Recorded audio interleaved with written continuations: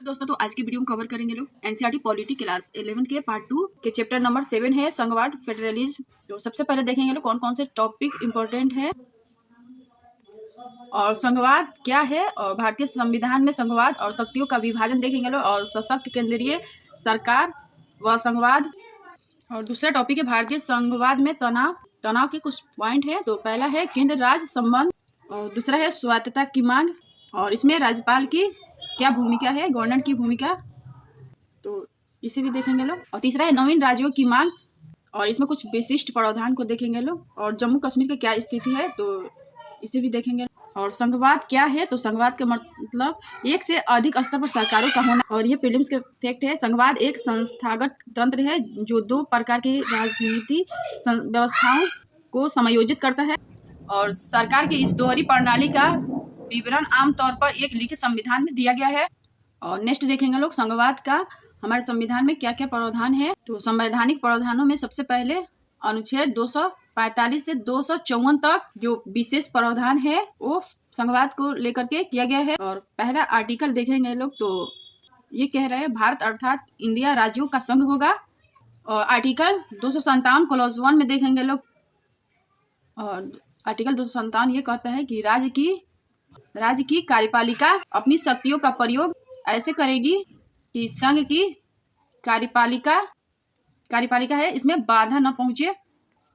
कुछ इस तरह से राज्य की कार्यपालिका वह अपनी शक्ति का प्रयोग करेगा कि संघ की कार्यपालिका को बाधा न पहुंचे। और उच्चतम न्यायालय ने 2 डिसीजन दिए। पहला डिसीजन देखेंगे लोग तो पश्चिम बंगाल बनाम भारत संघ 1962। इसमें सुप्रीम कोर्ट कहा था कि भारतीय संविधान संघीय नहीं है। तो पश्चिम बंगाल बनाम भारत संघ 1962 में सुप्रीम कोर्ट कहा था कि भारतीय संविधान संघीय नहीं है। और दूसरा एक वाद आया 1994 में SR बम्बई वाद दूसरा मामला था। इस वाद में ये कहा गया संघवाद मूल संरचना का हिस्सा माना। तो 1994 में SR बम्बई वाद में कहा कि संघवाद मूल संरचना का हिस्सा माना।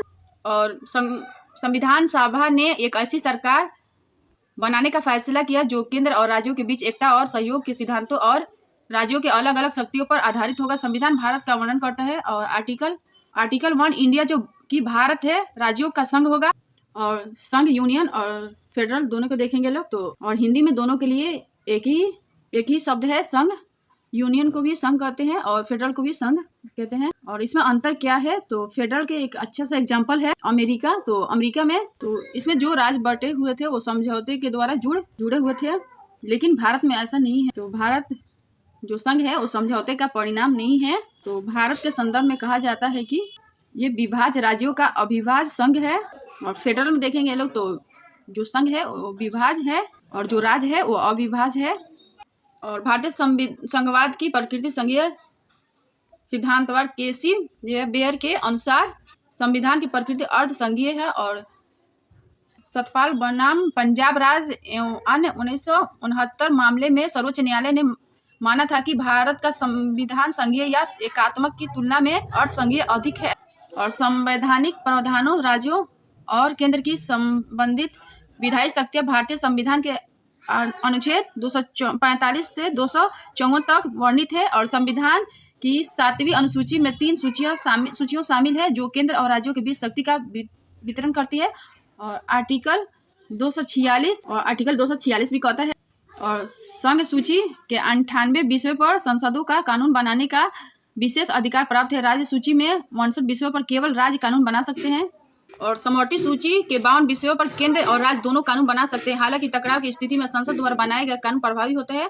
और आर्टिकल 254 तो संघवाद के जो टॉपिक बचे हैं वो देख लेते हैं लोग। तो 1947 से लेके अब तक अखंड भारत है तो इसका श्रेय किसके जाता है तो इसका श्रेय जाता है संघीय व्यवस्था को। और ये जो संघीय व्यवस्था है वो हमारे संविधान में लिखी हुई है। केंद्र व राज्यों के बीच शक्तियां है उसको बांटा गया है। और ये जो सिद्धांत है इसमें कम से कम 4 अवधारणाओं को पाते हैं। तो इसमें पहला मूल अवधारणा ये कहा जाता है कि ये ऐसी संस्थागत प्रणाली है जिसमें कम से कम 2 स्तरों पर सरकारें हैं ही। जैसे हमारे यहाँ 2 स्तर कौन कौन से हो गए तो एक है केंद्र और दूसरा है राज्य। और केंद्र को हम लोग राष्ट्रीय सरकार भी इसे कहते हैं और राज्य को प्रांत सरकार भी कह सकते हैं। और यहाँ पे 2 स्तरों पर सरकारें का होना जो विशेषता उभरती है। अगर लिखित संविधान नहीं होगा तो तब ये व्यवस्था पॉसिबल नहीं है। तो लिखित संविधान में दोहरी शासन की रूपरेखा, शक्ति, स्रोत, तीसरी इसमें इम्पोर्टेंट बात, इन सब के बीच केंद्र और राज्य के बीच अगर टकराव हो जाता है तो तब इसका निर्धारण कौन करेगा? तब हमारे पास स्वतंत्र न्यायपालिका है जो कि विवादों का निपटारा करता है। तो विवादों का निपटारा कैसे करेगी? संविधान के अनुसार, कानून के अनुसार, संविधान के अनुसार इसका जो हल है वो करेगी। तो कुछ देशों में दोहरी नागरिकता है, जैसे कि हम लोग अमेरिका की बात करेंगे लोग तो, और भारत में देखेंगे लोग तो भारत एक हरी नागरिकता है और भारत में सिंगल सिटीजनशिप है। भारतीय हैं लेकिन जो निष्ठा है वो दोहरी हो सकती है। और नेक्स्ट टॉपिक है आवश्यकता, विविधता, विशालता। केंद्र व राज्यों के बीच शक्तियों का बंटवारा क्यों किया गया? बंटवारा तो सभी क्षेत्रों, भाषा, भाषी की सहभागिता हो और भागीदारी बहुत जरूरी है। और आर्टिकल 1 क्लॉज 1 में देखेंगे तो भारत अर्थात राज्यों का संघ, यूनियन होगा। और आर्टिकल 1 के क्लॉज 2 में देखेंगे लोग तो राज्य और उनके राज्य क्षेत्र भी होंगे जो पहली अनुसूची में भी निर्दिष्ट है। और डॉक्टर अंबेडकर कहते हैं कि हमने संघ शब्द को अपनाया है, ना कि फेडरलिज्म को। इसका मतलब ये है कि राज्यों को संघ से अलग होने का अधिकार नहीं है। और नेक्स्ट है शक्ति विभाजन। तो इसे 2 भागों में, 2 स्तर में बांटी है। एक है केंद्र या राष्ट्रीय सरकार, दूसरा है राज्य सरकार। और ये जो सरकारें हैं ये दोनों संवैधानिक सरकार है और इनके अस्पष्ट कार्य क्षेत्र है, कितनी और कौन सी शक्ति किसके पास है। विवाद निपटारा, स्वतंत्र न्यायपालिका, तो कौन सी शक्ति किसके पास है, तो ये सारे शक्ति लिखी गई है। और अगर किसी तरह का विवाद होता है तो निपटारा करने के लिए हमारे पास स्वतंत्र न्यायपालिका है। और शक्ति विभाजन में देखेंगे तो भारत का संविधान में 7वीं अनुसूची है और 7वीं अनुसूची में विषयों को 3 भागों में बांटा गया है। पहला है संघ सूची, दूसरा है राज्य सूची और तीसरा है समवर्ती सूची। पहला है संघ सूची। तो संघ सूची जो भी विषय दिए गए हैं, विषयों पर कानून बनाने का अधिकार केंद्र का अधिकार है। दूसरा है राज्य सूची। राज्य सूची में जो विषय दिए गए हैं वो इन पर नियम बनाने का अधिकार राज्यों के पास होगा। और समवर्ती सूची है, इसमें जो विषय दिए गए हैं इन विषयों पर नियम इसमें बनाएंगे केंद्र और राज्य दोनों बनाएंगे। अगर किसी तरह का विवाद है, मतभेद है तो केंद्र के नियम माननी होगी। और संघ सूची में इसमें शामिल विषयों को देख लेते हैं तो प्रतिरक्षा और परमाणविक ऊर्जा, युद्ध और बैंकिंग, रेलवे और डाक और बंदरगाह और विदेश व्यापार, मुद्रा, रक्षा, हाईवे, संचार, इन विषयों पर सिर्फ केंद्र विधायिका ही कानून बना सकती है।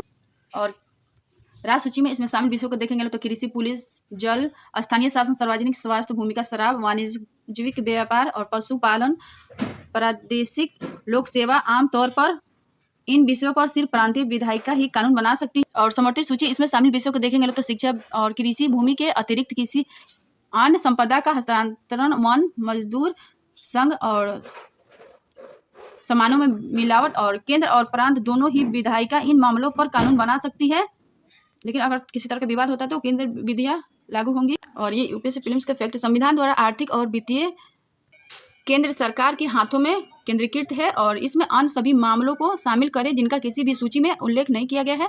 और अकेले संघ विधानमंडल के पास ऐसे मामलों पर कानून बनाने की शक्ति। और अवशिष्ट शक्तियां किसे कहा जाएगा? तो हम लोगों ने यहाँ पे बात की संघ सूची, राज्य सूची और समवर्ती सूची के। तो ये तीनों लिस्ट हमने देखी। तो जो तीनों सूची में जो विषय नहीं है वो कहे जाएंगे अवशिष्ट शक्तियां। एग्जाम्पल्स के लिए साइबर सिक्योरिटी, साइबर सुरक्षा कैसा एग्जाम्पल है जो तीनों में नहीं है। तो जो तीनों सूची में जो विषय नहीं है, जो तीनों में नहीं है विषय, उसे हम अवशिष्ट शक्तियां कहते हैं। यह विविधताओं को समायोजित करेगा। वे विघटन को रोकने के लिए एक मजबूत केंद्र भी बनाना चाहते हैं और सामाजिक और राजनीतिक परिवर्तन लाए। और केंद्र की शक्तियां संघवाद के संघीय प्रावधान को में देखेंगे लोग कुछ पॉइंट को। तो केंद्र की शक्तियां में कुछ पॉइंट को देखेंगे लोग। तो पहला है राज्य की भौगोलिक सीमा का नियंत्रण केंद्र के पास है।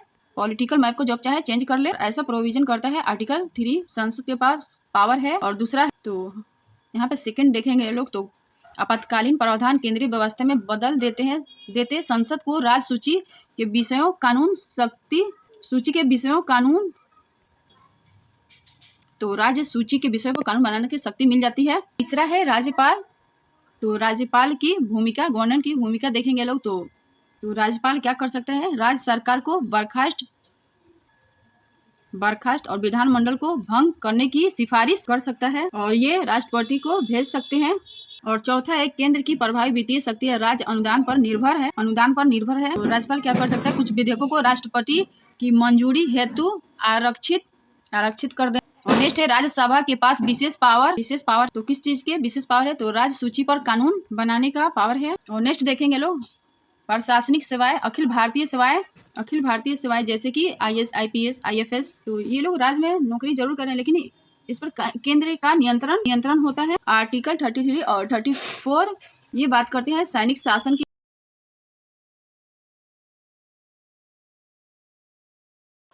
और आर्टिकल 257 क्लॉज 1 है प्रत्येक राज्य की कार्यपालिका शक्ति का इस प्रकार प्रयोग किया जाएगा जिसमें संघ की कार्यपालिका शक्ति के प्रयोग में कोई अड़चन न हो या उस पर कोई प्रतिकूल प्रभाव न पड़े। संघ की कार्यपालिका शक्ति का विस्तार किसी राज्य को ऐसे निर्देश देने तक होगा जो भारत सरकार को इस प्रयोजन के लिए आवश्यक प्रतीत हो। तो गवर्नर राज्यपाल की नियुक्ति कौन करेगा, तो नियुक्ति राष्ट्रपति करेंगे और केंद्र सरकार के द्वारा नियुक्त किया जाएगा। और केंद्र का एजेंट, राज्यपाल केंद्र का एजेंट है। एक निगेटिव रूप से देखा जाता है कि राज्यपाल केंद्र का एजेंट है। और हमें बताया गया है कि राज्य का संवैधानिक प्रमुख राज्यपाल है। और आर्टिकल 356 विवादास्पद क्या है, ये सर्वाधिक विवादास्पद है। और आर्टिकल 356 राज्यों में राष्ट्रपति शासन की बात करता है। और राज्यों में राष्ट्रपति शासन कैसे लगेगा, तो राज्यपाल की सिफारिश पर। और राष्ट्रपति शासन अधिकतम 3 वर्ष तक अवधि है। और सर्वोच्च न्यायालय ने कहा कि उच्चतम न्यायालय द्वारा इस निर्णय की संवैधानिकता की जांच की जा सकती है। और संघीय व्यवस्था में तनाव में देखेंगे लोग, इसे 2 भागों में बांटकर देखेंगे लोग। पहला है केंद्र राज्य संबंध देखेंगे लोग, दूसरा है स्वायत्तता की मांग। तो शुरुआती दौर अगर हम लोग देखेंगे लोग, तो शुरुआती दौर के मतलब स्वतंत्रता के बाद के समय और 1950 से 1980 के दशक। और हमारे पहले जो प्रधानमंत्री थे जवाहरलाल नेहरू, इनके द्वारा संघीय व्यवस्था की नींव जवाहरलाल नेहरू ने संघीय व्यवस्था की नींव रखी या शुरुआत की। और शुरुआत में कांग्रेस का वर्चस्व था। और राज्य जो शांति व सहयोग समन्वय, तो राज्य जो है केंद्र व राज्य के बीच में शांति व सहयोग था, समन्वय के साथ चलती रहती थी। और आर्थिक विकास हेतु राज्य केंद्र पर निर्भर था। और जब अलग अलग राजनीतिक दलों की सरकारें आई तो केंद्र राज्य संबंध ये बिगड़ने लगे। और 1960 के बाद से ऐसा दौर आने लगा था कि स्वायत्तता की मांग होने लगी। और 1990 से गठबंधन की सरकारें जो आने लगी थी और मजे हुए ढंग से संघवाद की शुरुआत हुआ। तो स्वायत्तता की मांग कोई क्यों करेगा, तो शक्ति का मांग, अधिकार अलग अलग राज्यों ने अलग अलग तरीके से मांग की। और संसाधनों की मांग, आर्थिक स्रोतों की मांग, इसलिए प्रशासकीय नियंत्रण को लेकर के। और कुछ ने कहा कि हमारी संस्कृति व भाषाई कारण अलग है। तो ये सब कुछ ऐसी चीजें थी जिसके कारण स्वायत्तता की मांग की गई। और नेक्स्ट देखेंगे लोग नए राज्यों की मांग। बहुत शुरुआती पक्ष देखेंगे लोग, तो राष्ट्रीय आंदोलन चल रहे थे। तो उस वक्त एक भारत की परिकल्पना की विविधता में एकता को खोजा। लेकिन जैसे जैसे देश आगे बढ़ा वैसे वैसे नए राज्यों की मांग वो होने लगी। और तो भाषा और संस्कृति के आधार पर राज्य का पुनर्गठन हो या ना हो बड़ा विवाद था। 1953 फजल अली आयोग, तो 1953 में राज्य पुनर्गठन आयोग को देखे तो आयोग बना था फजल अली के अध्यक्षता में। और 1960 के दशक में भाषा के ही आधार पर बम्बई, गुजरात और महाराष्ट्र बने। गुजरातियों के लिए गुजरात और मराठियों के लिए महाराष्ट्र बना। 1966 की बात करेंगे लोग, तो भाषा के ही आधार पर पंजाब व हरियाणा, और पंजाब में पंजाबी तरीके से ही हिंदी और हरियाणा में हरियाणा तरीके से हिंदी। तो 1966 में इसका विभाजन हुआ। और पूर्वोत्तर के राज्यों के गठन 2000 के बाद कई और राज्य, उत्तराखंड, छत्तीसगढ़। और 1950 और 1960 के दशक की शुरुआत में हमारे संघवाद की नींव जवाहरलाल नेहरू के नेतृत्व में रखी गई थी। यह केंद्र के साथ साथ राज्यों पर भी कांग्रेस के प्रभुत्व का काल था। और इस अवधि के दौरान केंद्र और राज्यों के बीच संबंध काफी सामान्य रहे। और कई राज्यों और यहाँ तक कि कई राजनीतिक दलों के समय समय पर मांग की है कि राज्यों को अधिक स्वायत्तता मिलनी चाहिए। तो शक्तियों के विभाजन को राज्यों के पक्ष में बदला जाना चाहिए। राज्यों के पास राजस्व के स्वतंत्र स्रोत होने चाहिए और संसाधनों पर अधिक नियंत्रण होनी चाहिए। और मांगे राज्यों के प्रशासनिक शक्तियों से संबंधित है। और राज्यों और केंद्र सरकार के बीच राज्यपालों की भूमिका हमेशा एक विवादास्पद मुद्दा क्यों रही है? तो राज्यपाल निर्वाचित पदाधिकारी नहीं होते हैं। संविधान में सबसे विवादास्पद लेखों में से एक अनुच्छेद 356 है। नेक्स्ट टॉपिक देखेंगे लोग, अंतर्राज्यीय विवाद। तो इसका जो पहला कारण है वो सीमा विवाद, दूसरा है अंतर्राज्यीय जल विवाद। सीमा विवाद में देखेंगे तो जैसे पड़ोसी राज्य द्वारा भूभाग पर अधिकार, जैसे महाराष्ट्र और कर्नाटक के बीच में बेलगाम जो जगह है, ये विवाद। अंतर्राज्यीय जल विवाद में देखेंगे तो जल संबंधित समस्याओं को लेकर कृषि सुविधाओं के लिए पानी चाहिए, बाकी भी चीजों के लिए पानी चाहिए, यहाँ पे जो है समस्या बढ़ जाती है, जैसे कावेरी जल विवाद। और इस तरह के विवाद को सुलझाने के लिए न्यायाधिकरण बने हुए हैं ताकि इस तरह के विवाद को और कुछ राज्यों के साथ अलग व्यवहार। और इसका कारण था भौगोलिक ऐतिहासिक परिस्थिति, जनजातीय। और हमारे संविधान में आर्टिकल 371 जिसमें कुछ विशेष राज्यों के लिए विशेष प्रावधान किए गए हैं, उदाहरण के लिए पूर्वोत्तर राज्यों हेतु। और जम्मू कश्मीर में देखेंगे तो आर्टिकल 370 जम्मू कश्मीर विशेष राज्य का दर्जा था। इसमें ये कहा गया था कि कहीं भी आने जाने की स्वतंत्रता, मौलिक अधिकार स्वतंत्रता का अधिकार में बताया गया था कि कहीं भी आने जाने की स्वतंत्रता है, लेकिन जम्मू कश्मीर को छोड़ करके। लेकिन अब ऐसी बाध्यता खत्म हो गई जब से जम्मू कश्मीर पुनर्गठन अधिनियम 2019 आया और धारा 370 हटा दिया गया और इसमें विशेष राज्य का दर्जा समाप्त कर दिया गया है और इसे 2 केंद्र शासित प्रदेशों में बांट दिया गया। एक है जम्मू कश्मीर, दूसरा है लद्दाख। और 370 में देखेंगे लोग, जब इसके पास विशेष राज्य का दर्जा था तो कौन कौन से स्पेशल पावर थे वो देख लेते हैं लोग। पहला है केंद्र को नए कानून हेतु राज्य की स्वीकृति चाहिए होती थी और अलग संविधान, जम्मू कश्मीर का अलग से संविधान था और इसमें केंद्र को सीमित किया गया और राज्य सरकार की सहमति के बिना आंतरिक अशांति के आधार पर आपातकाल लागू नहीं लगाया जा सकता। और नेक्स्ट टॉपिक है सहकारी संघवाद। तो सहकारी संघवाद की अवधारणा क्या कहती है कि केंद्र व राज्य सहयोग एक दूसरे की सहयोगी है। तो केंद्र और राज्य के बीच में कैसा संबंध है? तो क्षैतिज संबंध है, दोनों की भागीदारी है, ऐसा कहता है सहकारी संघ।